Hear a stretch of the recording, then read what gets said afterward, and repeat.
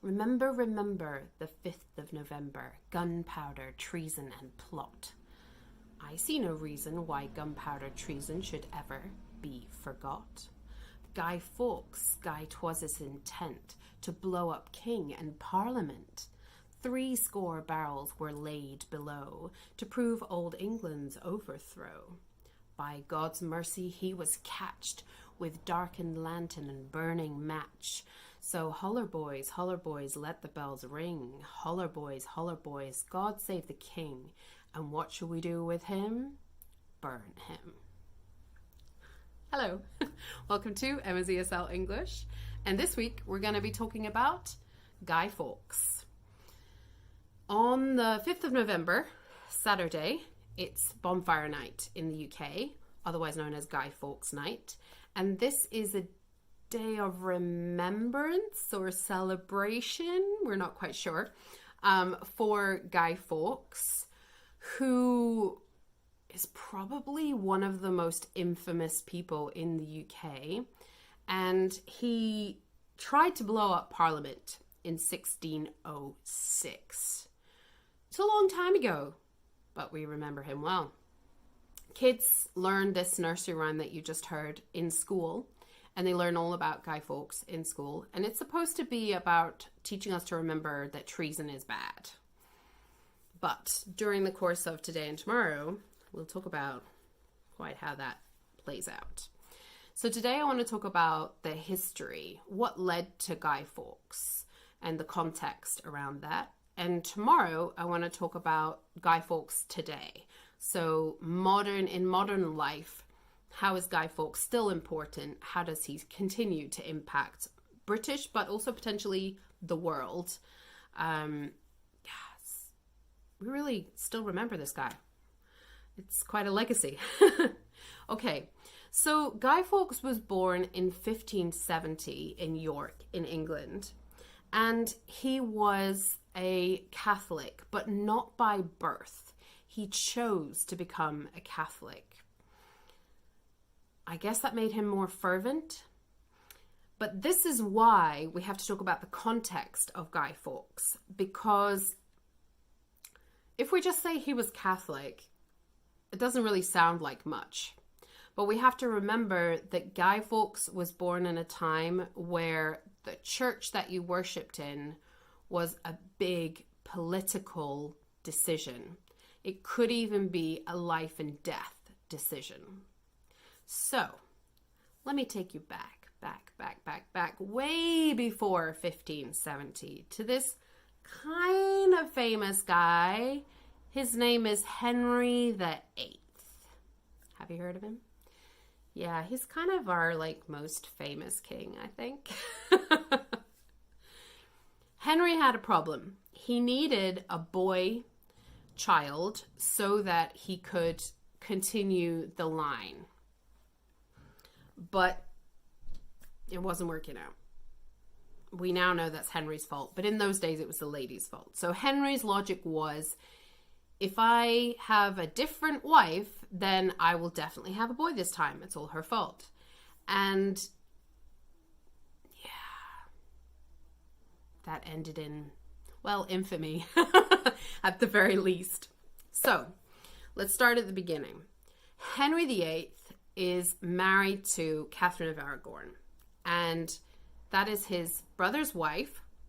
And he has a lot of kids with her, but unfortunately, only one of them makes it past infanthood. And her name is Mary I, or Bloody Mary, or Mary Tudor. But Mary's not good enough. He needs a boy. So he wants to marry again. He falls in love, maybe, possibly, with Anne Boleyn. And he wants to marry Anne Boleyn because he needs to be married to the mother of his child for them to officially become king. I mean, really, he probably could have got around it, but yeah. So he wants to marry Anne Boleyn, but Catherine of Aragon is still alive. Excuse me. So he wants a divorce from Catherine of Aragon, but he's Catholic. Everybody's Catholic. The whole country is Catholic at this point. In fact, the whole of Europe is Catholic at this point. So that's a problem, because no divorce if you're a Catholic. So Henry, being the King of England, decides to pop with that. I'll just start a new church. Seems a bit extreme, but it did the job. Basically, he became the person in charge of the English Church of England, or the Anglican Church, and thus made the Pope no longer important in any decisions. This did a lot of good for Henry, actually, because it meant that he could take over all of the Catholic land in the UK and sell it to people, give it away as presents, steal all of the stuff from it and sell it. Got a lot of money out of this deal. So it wasn't just a benefit from him in his marital life, but it also was a major benefit to him as a king and how much money he had. Obviously, it's kind of a big deal if you decide to just erase the person in charge of the church and put yourself in that position instead. Especially when the entire country is Catholic. So this caused a bit of a problem. This is called the Reformation in British history, and it just means that starting of a new church. A similar thing was happening in Scotland. So in Scotland it's called Presbyterianism, and in England it's called Protestant. You become a Protestant if you're with the Anglican or English church. You still with me? It's confusing, I know. So then, having become in charge, he said, divorces are fine. It's all good. We can get divorced, no problem at all. Easy, cool, fantastic. So he divorced Catherine of Aragon and he married Anne Boleyn. Unfortunately, the problems continued. Anne Boleyn had Queen Elizabeth I, another very famous queen in the UK. We'll come back to her.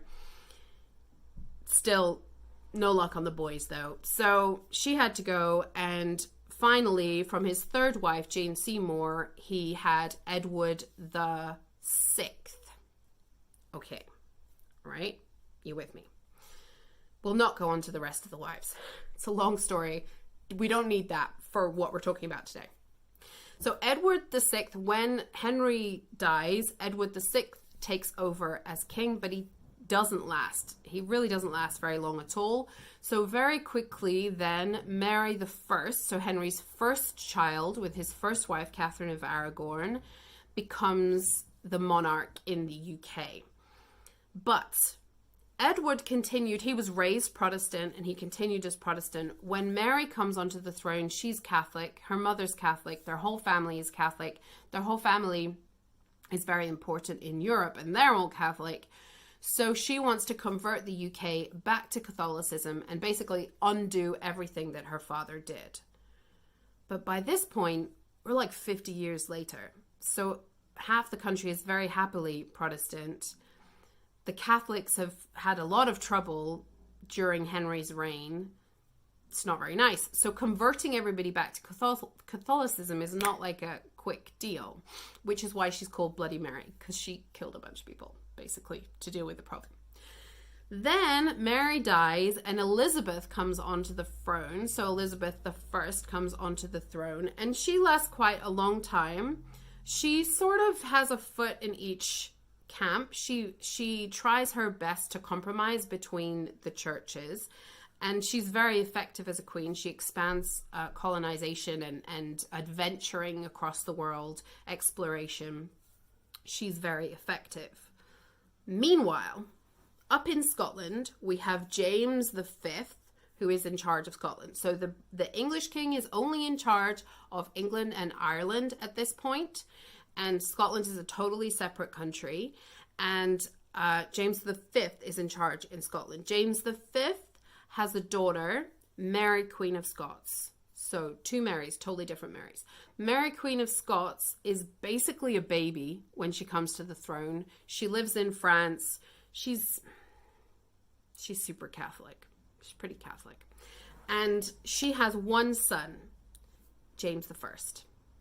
Mary, Queen of Scots, and Elizabeth butt heads a lot over the years. And when Mary gives birth to James, stuff happens. She basically gets kicked off the throne.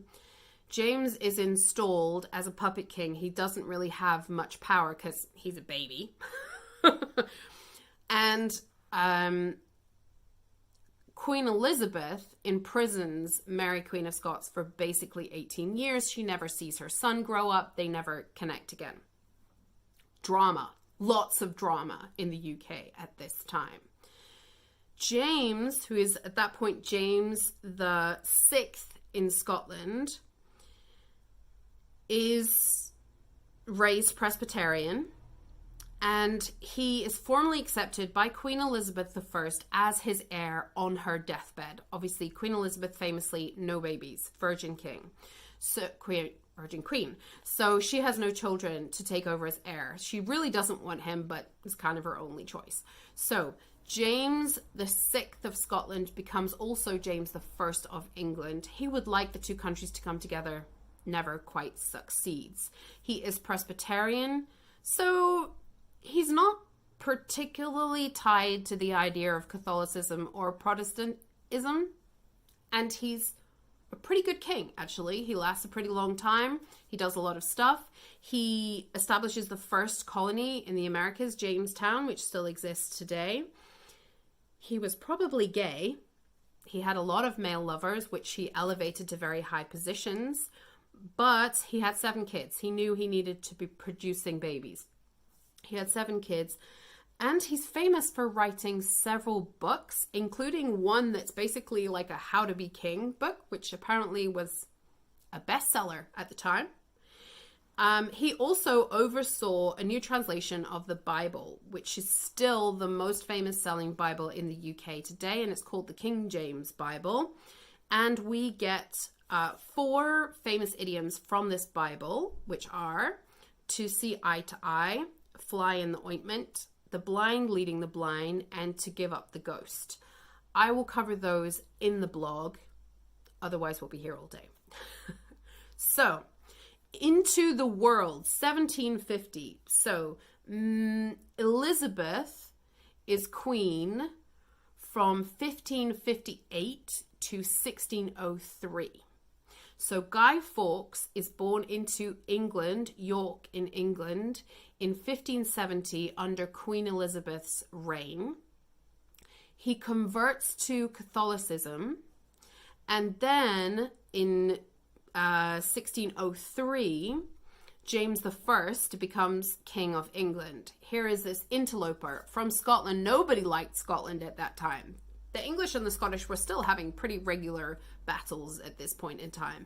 And here is this guy from Scotland who comes in, and he's not even Catholic, which is important to Guy Fawkes, but not really to anybody else in the country. Can you imagine how this goes? Yeah, it doesn't go well.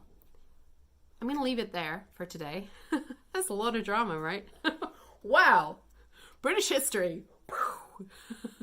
It's a lot. I'm going to leave it there for today. Tomorrow, I will briefly go over how Guy Fawkes fits into this picture and why he had this plot. And then we'll talk about him now in modern times. I will see you tomorrow. Bye.